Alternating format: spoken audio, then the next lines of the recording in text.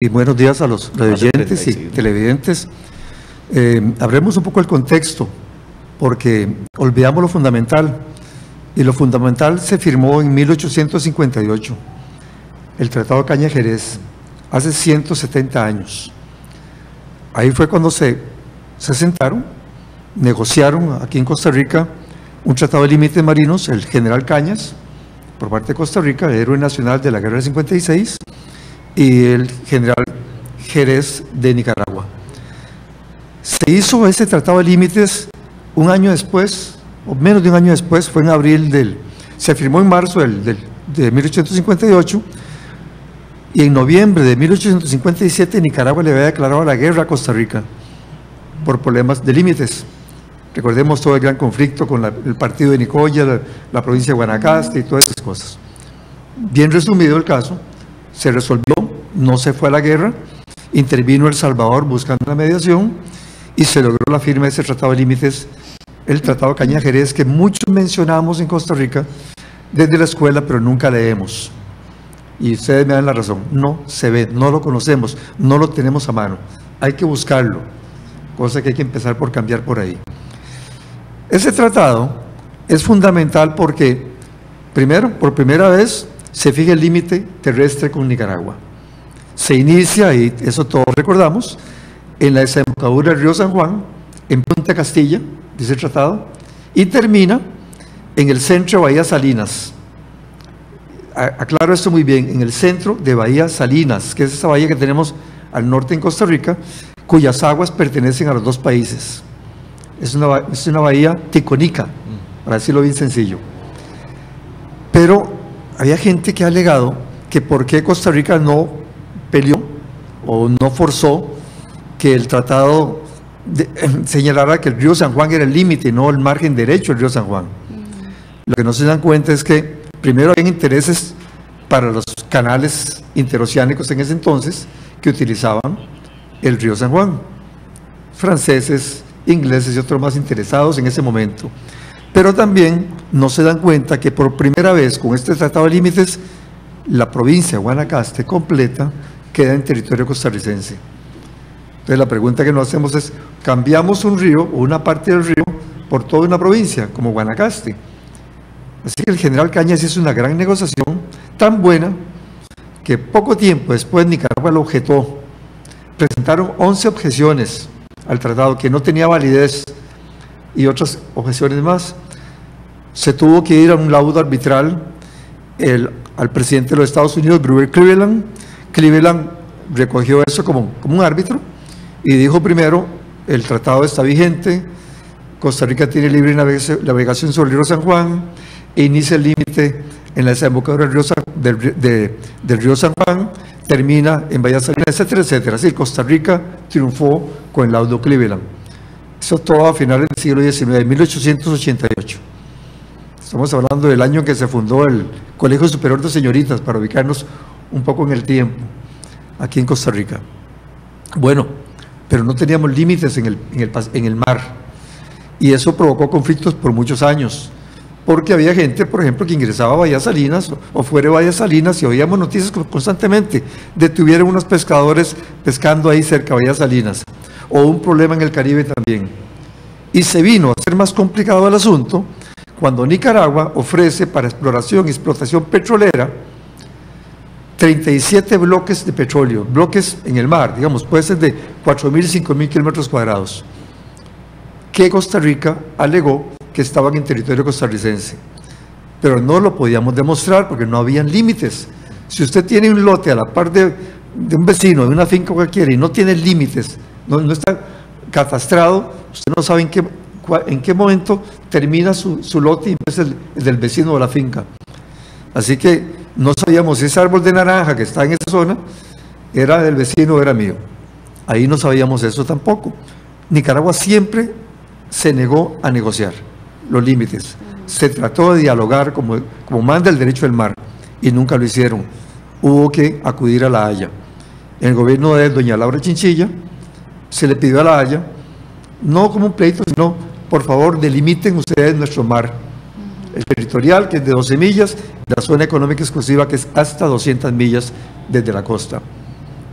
Bueno, ahora sí, después de 4 años y un trabajo extraordinario del grupo de trabajo de la Cancillería, encabezado por un gran costarricense como don Edgar Ugalde, que fue el agente de Costa Rica. La gente es como decir el embajador de Costa Rica ante la Haya, que es como el único con el cual se puede interrelacionar la Haya oficialmente con Costa Rica, y con otros funcionarios que forman parte de la Cancillería nuestra, como don Arnoldo Brenes, Edgar Ugalde, estaba ahí puesto, Sergio Ugalde y unos extranjeros. El 2 de febrero, lamentablemente 2 días antes de la primera ronda electoral, cuando todo el mundo estaba nada más hablando de la Comisión Interamericana de Derechos Humanos y todas las cosas de la campaña electoral, sale el fallo de la Haya, donde le dice a Costa Rica: ustedes tienen toda la razón. Ese fallo es interesantísimo. Ustedes pueden ver en ese mapa, voy a destacar la parte más importante. Y para los que nos siguen en radio también. Para que nos siguen en televisión. En ese mapa hay una laguna. Esa laguna se llama la Laguna de los Portillos. Tal vez se la volvieran a poner otra vez. Ya la vamos a poner. La Laguna de los Portillos. Esa laguna... Esa sí pertenece a Nicaragua. Esa laguna es nicaragüense. Okay. Y en el extremo de esa laguna, en el extremo hacia el sur, digamos, de esa laguna, estaba señalado virtualmente, digo así porque nunca lo encontraron, Punta Castilla.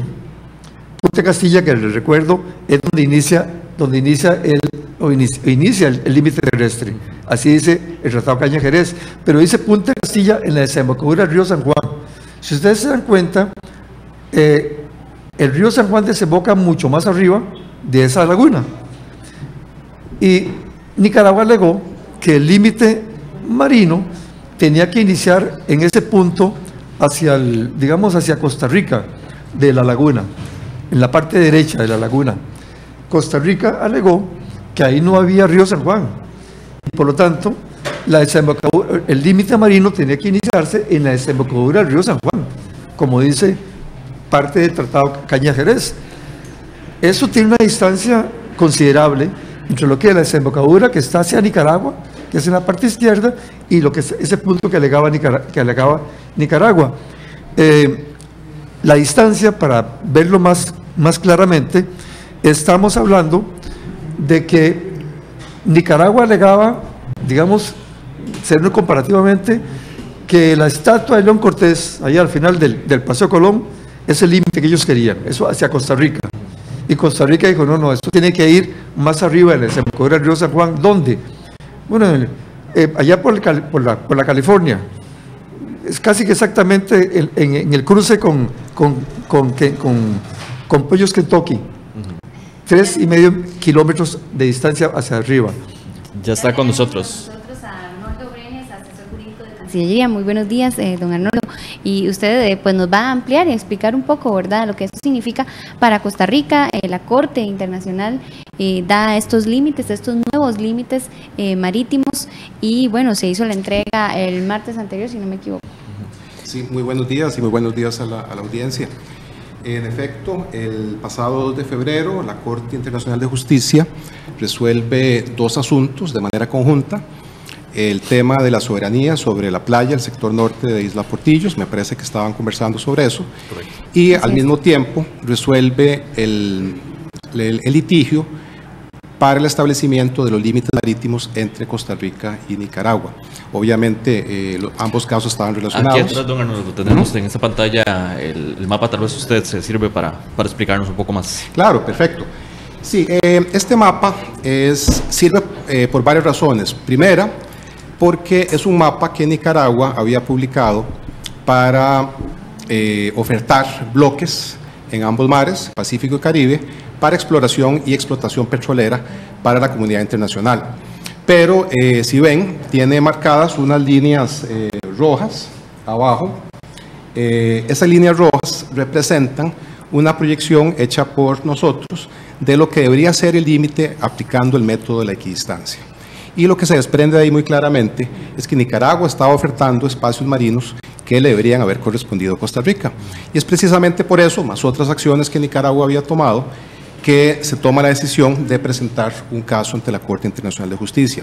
Desde luego se le propuso a Nicaragua, antes de presentar el caso, que nos sentáramos a negociar para ver si podíamos retomar una negociación previa que se había tenido entre 2002 y 2005 para tratar de definir de manera bilateral los límites marítimos. Nicaragua no mostró interés en retomar las negociaciones, entonces obliga a Costa Rica a acudir a la Corte.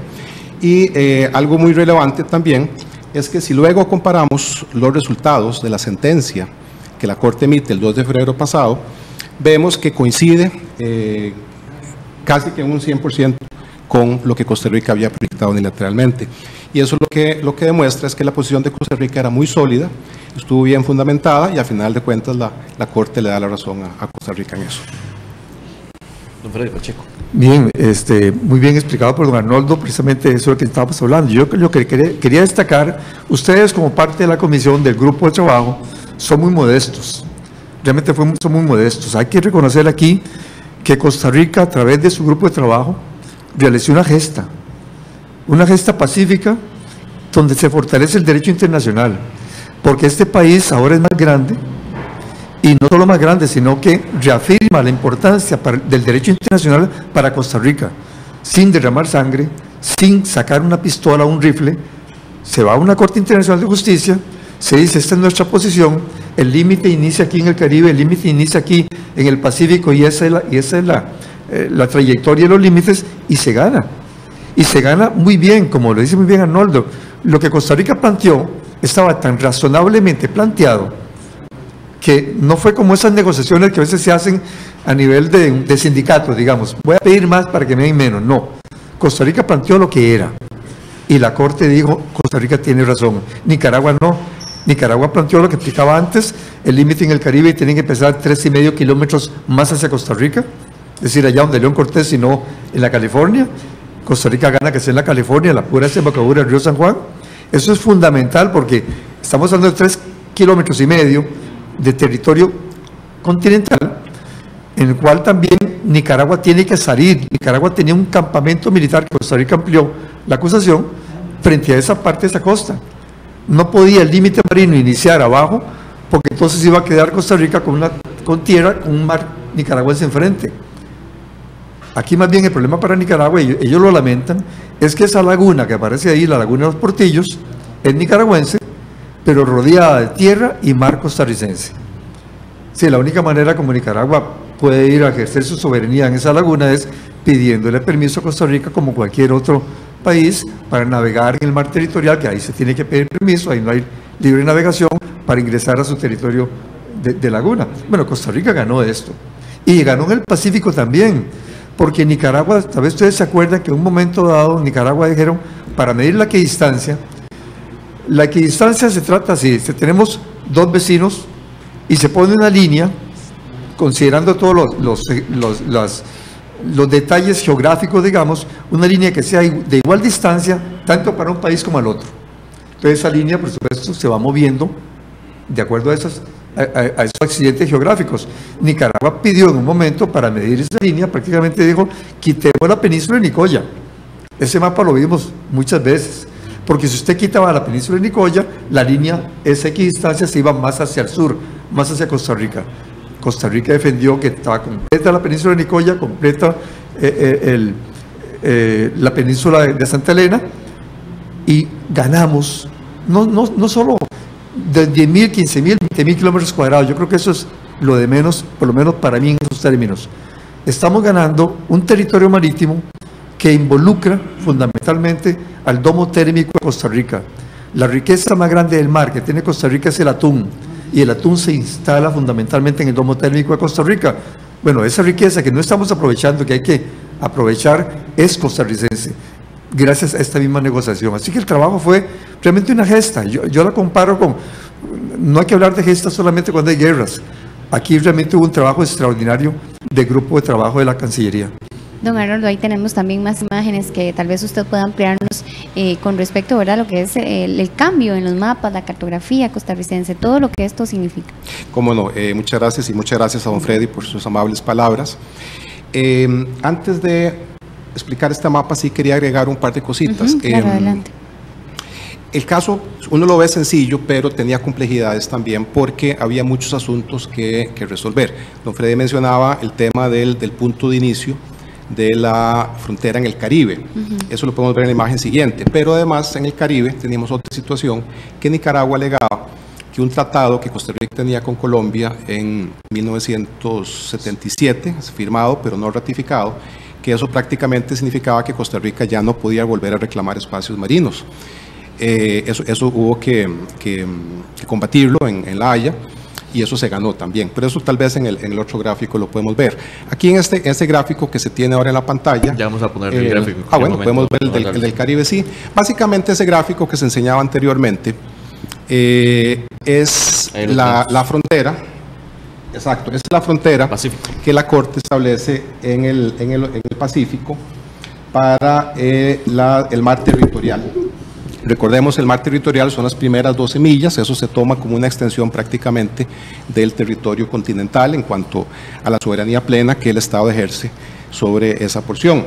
Hay una otra segunda porción de espacio marino, que es la zona económica exclusiva, que son los 188 millas marinas restantes que se requieren para completar la proyección de las 200 millas. Entonces, este mapa lo que proyecta aquí es el mar territorial.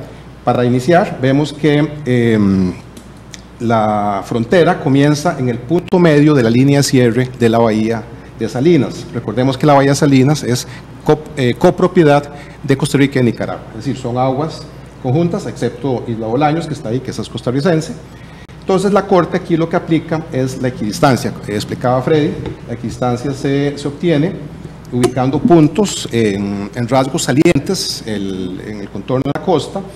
Esas líneas se proyectan y como miden lo mismo, donde esas líneas se cruzan, se intersectan, eso va dando una línea de puntos, que es esta línea que tenemos hasta acá. Para las primeras 12 millas se aplica la equidistancia pura, casi nunca se ajusta. Entonces, y esta línea, si ustedes la ven, por ahí hay otro gráfico, es exactamente lo que Costa Rica pidió. Nicaragua pedía algo diferente, porque Nicaragua decía, creo que Freddy lo mencionaba, que no se le debía dar efecto a la península de Nicoya, porque eso tendía a tirar la línea para arriba. Al final la Corte sí le da efecto.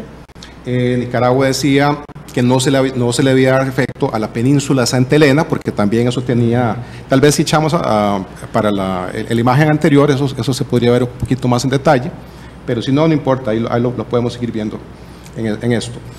Exacto, ven que la península de Santa Elena tiende a proyectar la línea para arriba por la equidistancia. Entonces Nicaragua decía no se le debe dar efecto. La península de Nicoya, que está más abajo, también tiende a tirar la línea para arriba. Esto en cuanto al mar territorial. En cuanto a la zona económica exclusiva, eso se va a ver en el gráfico siguiente, las reglas son diferentes, porque vemos que para las primeras 12 millas es la equidistancia y después se aplica lo que se llama el principio de equidad. Es decir, hay que hacer una prueba, se calcula la longitud de la costa de ambos estados, se determina cuál es el área relevante para delimitar, se hace una proyección preliminar de equidistancia y después se hacen ajustes. Y en ese ajuste, aquí tal vez ver algo importante. Bueno, aquí no está la línea de Costa Rica, pero la línea que Costa Rica pedía en total era muy similar en el Pacífico, muy similar. La diferencia fue que al final la Corte le dio medio efecto a la península de Santa Elena. Eso fue lo único, todo lo demás prácticamente lo ganamos. Y este mapa lo que ilustra, tanto en el Pacífico como en el Caribe, es la posición original de Nicaragua, basada en el mapa que vimos anteriormente de bloques para exploración y explotación petrolera, que es la línea que está aquí abajo, la línea en roja, versus la línea negra que está arriba, que es la resolución que la Corte emite, y lo que se ve en azul es la diferencia entre la posición original de Nicaragua en los bloques, el mapa de bloques petroleros, versus lo que la Corte resuelve, tanto en el Pacífico como en el Caribe. Bien, y ya tenemos que ir cerrando tal vez, don Arnoldo, nada más. El otro gran tema es, tenemos 36.000 kilómetros cuadrados y pico de más. El tema ahora es cómo cuidar ese mar. Claro. Eso es un punto fundamental, porque los costarricenses no estamos acostumbrados y no hemos sido educados a ponerle atención al mar. Y lo cierto es que tenemos un espacio marítimo muy grande y muy rico en recursos, vivos y no vivos. Solo en el Pacífico, porque si además tomamos en cuenta que la isla del Coco genera su propia zona económica exclusiva tenemos 538,000 y pico de kilómetros cuadrados, solo en el mar Pacífico, más lo que tengamos en el Caribe.